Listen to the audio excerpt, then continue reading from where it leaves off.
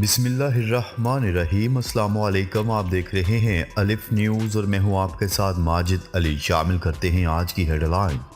G7 conference میں روس اور چین کے خلاف بڑا فیصلہ، نیٹو نے خبردار کر دیا۔ چینی وزیر خارجہ افغانستان پہنچ گئے، امریکہ پریشان۔ نیٹو نے چین سے روس کی مذمت کرنے کا مطالبہ کر دیا۔ بھارت مقبوضہ کشمیر پر چینی وزیر خارجہ کے بیان پر تلملا اٹھا۔ شمالی کوریا کا بین البراعظمی بیلسٹک میزائل کا کامیاب تجربہ۔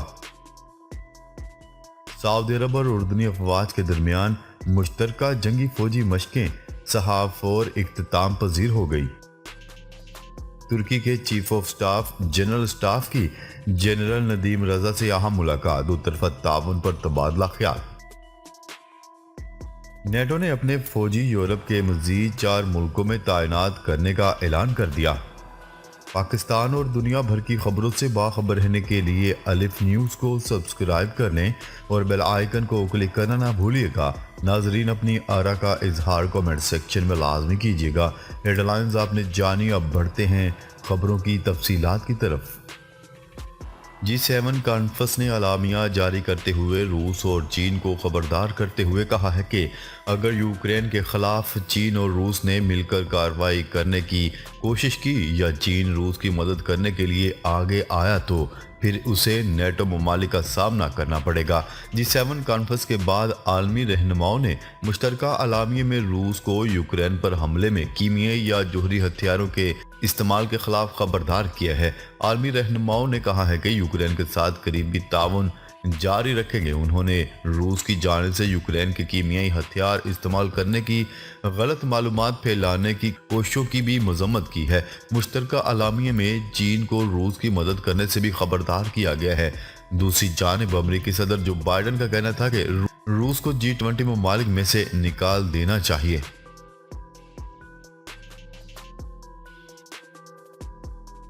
خبر کے اگلے حصے میں بات کرتے ہیں۔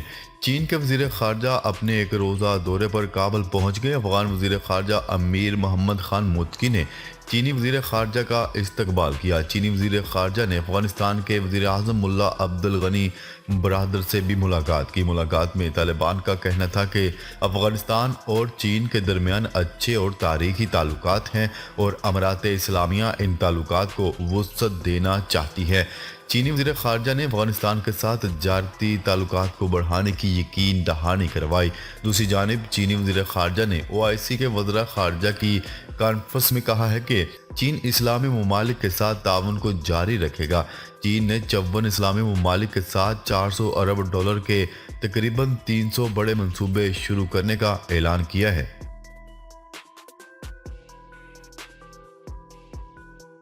خبر کے اگلے حصے میں بات کرتے ہیں۔ نیٹو کے سیکرٹری جنرل جینس اسٹولٹنبرگ نے کہا ہے کہ اتحادی رہنماؤں نے چین پر زور دیا ہے کہ وہ بین الاقوامی نظم و ضبط کو برقرار رکھے اور یوکرین پر روسی حملے کی مذمت کرے۔ بین الاقوامی میڈیا کی رپورٹ کے مطابق سیکرٹری جنرل اسٹولٹنبرگ نے نیٹو کی میٹنگ کے بعد ایک پریس کانفرنس کے دوران کہا ہے کہ چین کے لیے ہمارا پیغام ہے کہ وہ باقی دنیا کے ساتھ شامل ہو جائے اور یوکرین کے خلاف وحشیانہ جنگ کی واضح طور پر مذمت کرے۔ انہوں نے مزید کہا ہے کہ چین روس کے ساتھ اپنے سفارتی اور اقتصادی تعلقات برقرار رکھے ہوئے ہے اور اب تک ماسکو پر کوئی تنقید یا مذمت کرنے میں ناکام رہا ہے، جبکہ 24 فروری کو روس کے یوکرین پر حملے کے بعد کریملن نے فوجی اور اقتصادی امداد کے لیے بیجنگ کا رخ کیا تھا۔ میٹنگ میں مشترکہ بیان میں نیٹو کے رہنماؤں نے کہا ہے کہ وہ چین کے حکام کے حالیہ عوامی تبصروں پر پریشان ہیں اور چین سے مطالبہ کرتے ہیں کہ وہ کریملن کے جھوٹے بیانات کو پھیلانا بند کرے، خاص طور پر جنگ اور نیٹو کے بارے میں۔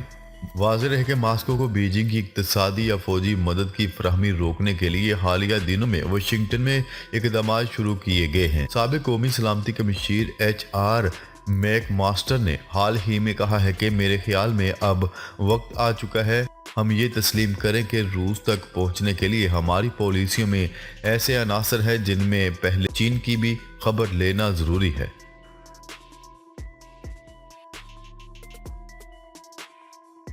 خبر کے اگلے حصے میں بات کرتے ہیں بھارت مقبوضہ کشمیر پر چینی وزیر خارجہ کے بیان پر تلملا اٹھا۔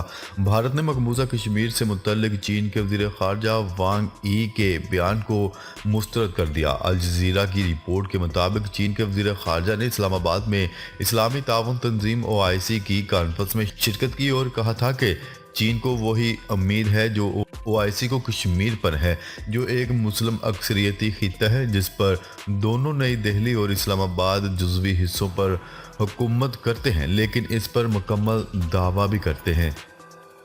خیال رہے کہ چین کے وزیر خارجہ کی جانب سے مقبوضہ کشمیر کا دورہ متوقع ہے، لیکن اس حوالے سے باضابطہ اعلان نہیں کیا گیا۔ اس حوالے سے بھارتی وزیر خارجہ نے اپنے ایک بیان میں کہا ہے کہ ہم چینی وزیر خارجہ وانگ ای کی جانب سے بھارت کے حوالے سے نامناسب حوالے کو مسترد کرتے ہیں۔ انہوں نے کہا ہے کہ مرکزی علاقے جموں و کشمیر سے متعلق معاملات مکمل طور پر بھارت کے داخلی معاملات ہیں۔ چین سمیت دیگر ممالک کے پاس تبصرہ کرنے کا کوئی حق نہیں۔ انہیں یاد رکھنا چاہیے کہ بھارت اپنے داخلی مسائل کے بارے میں عوامی فیصلے سے گریز کرتا ہے۔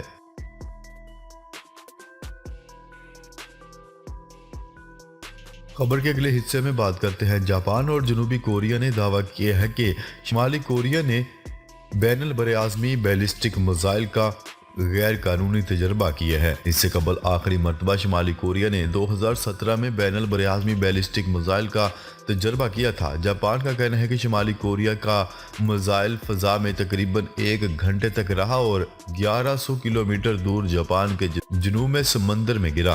جاپانی حکام کے مطابق شمالی کوریا کا یہ بین البراعظمی بیلسٹک میزائل 2017 سے کہیں زیادہ طاقتور ہے، جو کہ 6000 کلومیٹر سے زیادہ بلندی تک پہنچا۔ خیال رہے کہ 2017 میں اس وقت کے امریکی صدر ڈونلڈ ٹرمپ سے مذاکرات کے بعد شمالی کوریا نے بیلسٹک میزائل اور جوہری تجربوں کو معطل کر دیا تھا، لیکن سال 2020 میں شمالی کوریا نے اعلان کیا تھا کہ وہ اپنے وعدے کا پابند نہیں ہے۔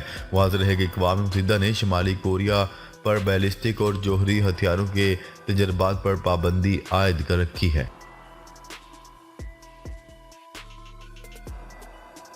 خبر کے اگلے حصے میں بات کرتے ہیں سعودی عرب اور اردنی افواج کے درمیان مشترکہ مشقیں صحاب فور مملکت کے شمال مغربی علاقے میں اختتام پذیر ہو گئی۔ سعودی پریس ایجنسی کے مطابق ان میں سعودی مسلح افواج کی تمام شاخوں، سعودی رائل گارڈ کے صدر دفتر، جنرل ڈائریکٹوریٹ سول ڈیفنس اور سعودی ریڈ کریسنٹ اتھارٹی نے شمال مغربی علاقے کے کمانڈر میجر جنرل اسٹاف حسین بن سعید القحطانی کی موجودگی میں شرکت کی، جبکہ مشقوں کے ڈائریکٹر بریگیڈیئر جنرل مقبول بن محمد الحربی نے کہا ہے کہ مشقوں نے اپنے تمام مقررہ اہداف حاصل کر لیے ہیں۔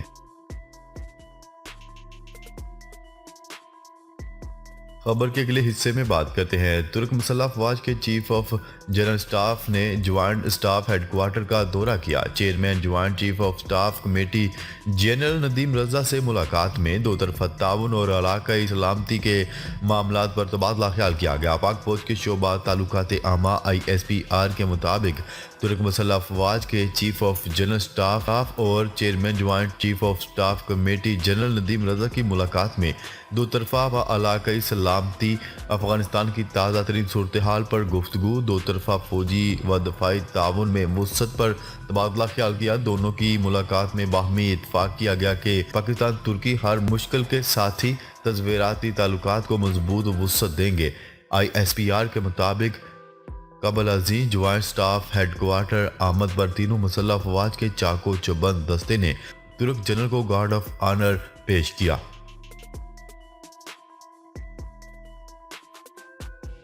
خبر کے اگلے اور آخری حصے میں بات کرتے ہیں نیٹو کے سربراہ اسٹولٹنبرگ کا کہنا ہے کہ نیٹو نے بلغاریہ، ہنگری، رومانیہ اور سلوواکیہ میں 4 نئے جنگی گروپ تعینات کرنے کا فیصلہ کیا ہے۔ عسکری اتحاد نیٹو کے سربراہ اسٹولٹنبرگ کا کہنا تھا کہ یہ ممالک یورپ میں بالٹک ممالک اور پولینڈ کے علاوہ ہے، جہاں اب نیٹو افواج تعینات ہوگی۔